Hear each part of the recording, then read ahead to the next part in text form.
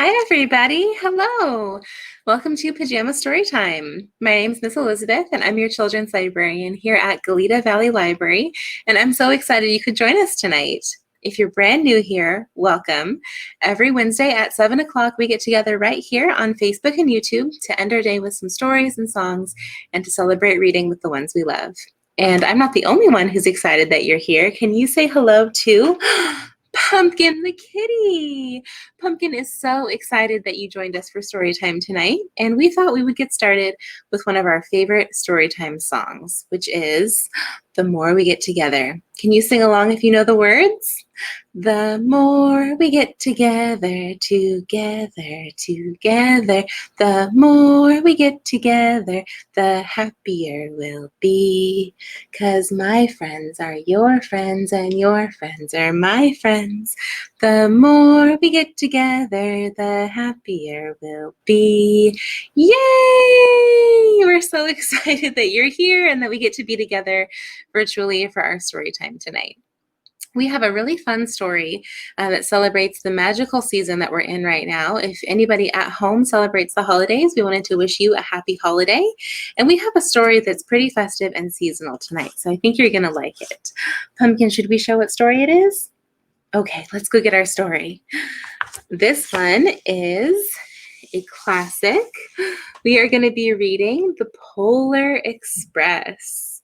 And this is written by Chris Van Allsburg, and we're reading with permission from Houghton, Mifflin, Harcourt. And it's also illustrated by Chris Van Allsburg.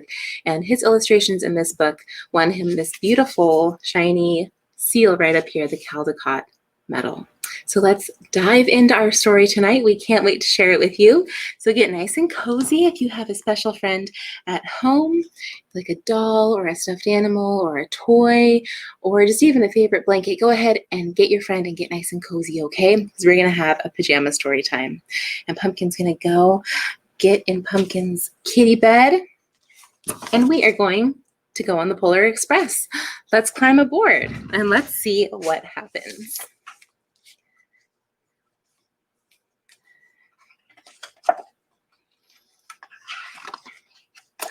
All right, this is how our story begins.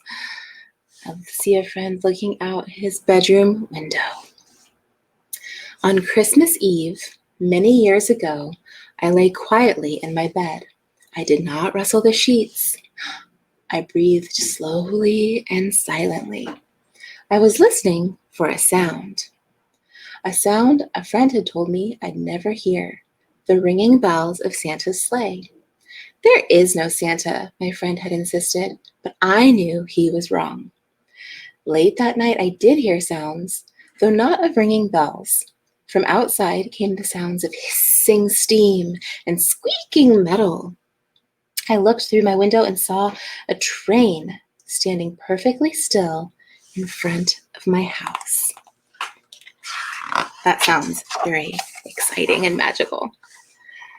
Here's the train. Ooh.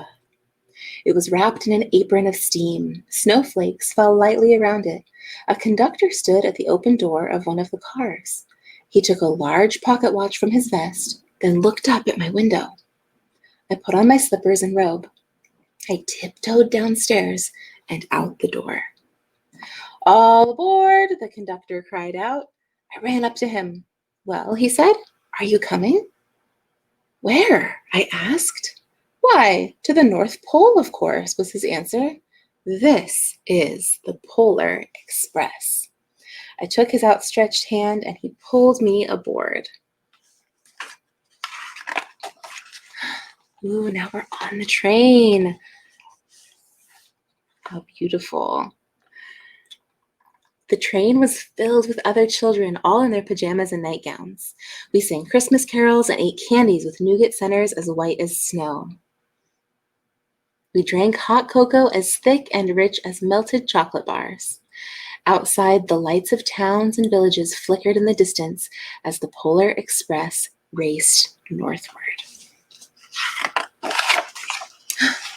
love this page. Look at those wolves. Those are pretty cool. Soon there were no more lights to be seen.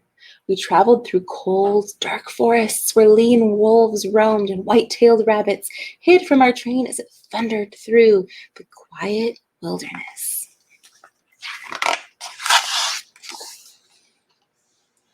We climbed mountains so high it seemed as if we would scrape the moon, but the Polar Express never slowed down. Faster and faster we ran along, rolling over peaks and through valleys like a car on a roller coaster. Wow, look at that.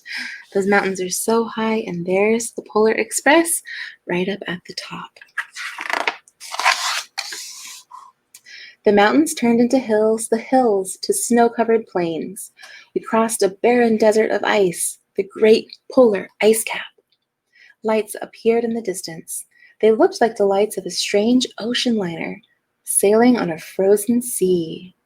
There, said the conductor, is the North Pole. Wow. The North Pole. It was a huge city standing alone at the top of the world, filled with factories where every Christmas toy was made. At first, we saw no elves. They are gathering at the center of the city, the conductor told us. That is where Santa will give the first gift of Christmas. Who receives the first gift? We all asked. The conductor answered, he will choose one of you. Choose one of you. Wow. Look, shouted one of the children, the elves. Outside we saw hundreds of elves. As our train drew closer to the center of the North Pole, we slowed to a crawl. So crowded were the streets with Santa's helpers. When the Polar Express could go no farther, we stopped, and the conductor led us outside. Wow. I'm going to hold this really close to the screen so you can see all of the elves. Wow. It's a lot of elves. We pressed through the crowd to the edge of a large open circle. In front of us stood Santa's sleigh. The reindeer were excited. They pranced and paced, ringing the silver sleigh bells that hung from their harnesses.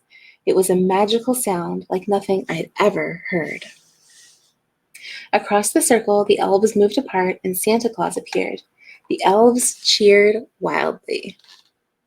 He marched over to us and, pointing to me, said, "Let's have this fellow here." He jumped into his sleigh. The conductor handed me up. I sat on Santa's knee and he asked, "Now, what would you like for Christmas?"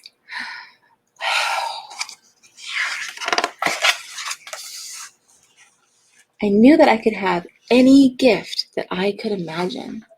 But the thing I wanted most for Christmas was not inside Santa's giant bag. What I wanted more than anything was one silver bell from Santa's sleigh. When I asked, Santa smiled. Then he gave me a hug and told an elf to cut a bell from a reindeer's harness. The elf tossed it up to Santa. He stood, holding the bell high above him, and called out, "The first gift of Christmas." Here it is. Here's the first gift of Christmas right here. Let's see what happens next. A clock struck midnight as the elves roared their approval. Santa handed the bell to me and I put it in my bathrobe pocket. The conductor helped me down from the sleigh. Santa shouted out the reindeers' names and cracked his whip. His team charged forward and climbed into the air. Santa circled once above us, then disappeared in the cold, dark, polar sky. There they go. There they are, off to deliver all the presents. Uh-oh, doesn't look too happy on this page. As soon as we were back inside the Polar Express, the other children asked to see the bell. I reached into my pocket, but the only thing I felt was a hole. Oh no! I had lost the silver bell from Santa Claus's sleigh. "Let's hurry outside and look for it," one of the children said. But the train gave a sudden lurch and started moving. We were on our way home. Oh no. He looks pretty sad there. I think his friends are trying to help him feel better. It broke my heart to lose the bell. When the train reached my house, I sadly left the other children. I stood at my doorway and waved goodbye. The conductor said something from the moving train, but I couldn't hear him. What? I yelled out. He cupped his hands around his mouth. Merry Christmas, he shouted. The Polar Express let out a loud blast from its whistle and sped away.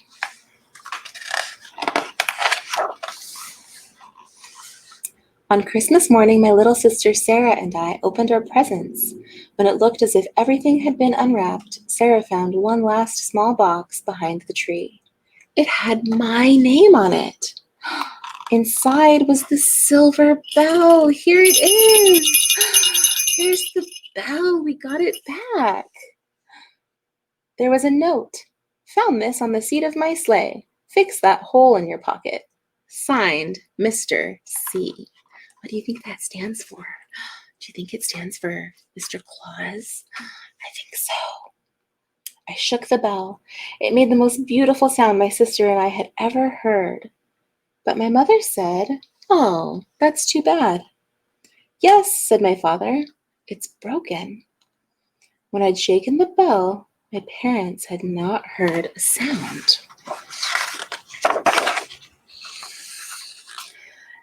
At the time, most of my friends could hear the bell, but as years passed, it fell silent for all of them.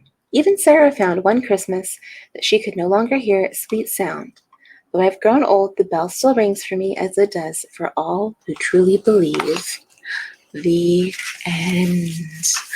Good job, everybody. Good job. The Polar Express is one of my favorite holiday classics that you can check out from the library.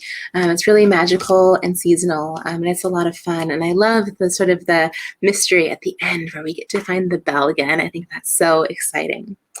All right, my friends. Well, I thought we could end our story time tonight with a song that we like to sing at the end of every story time. And you can sing along with me if you know the words, okay?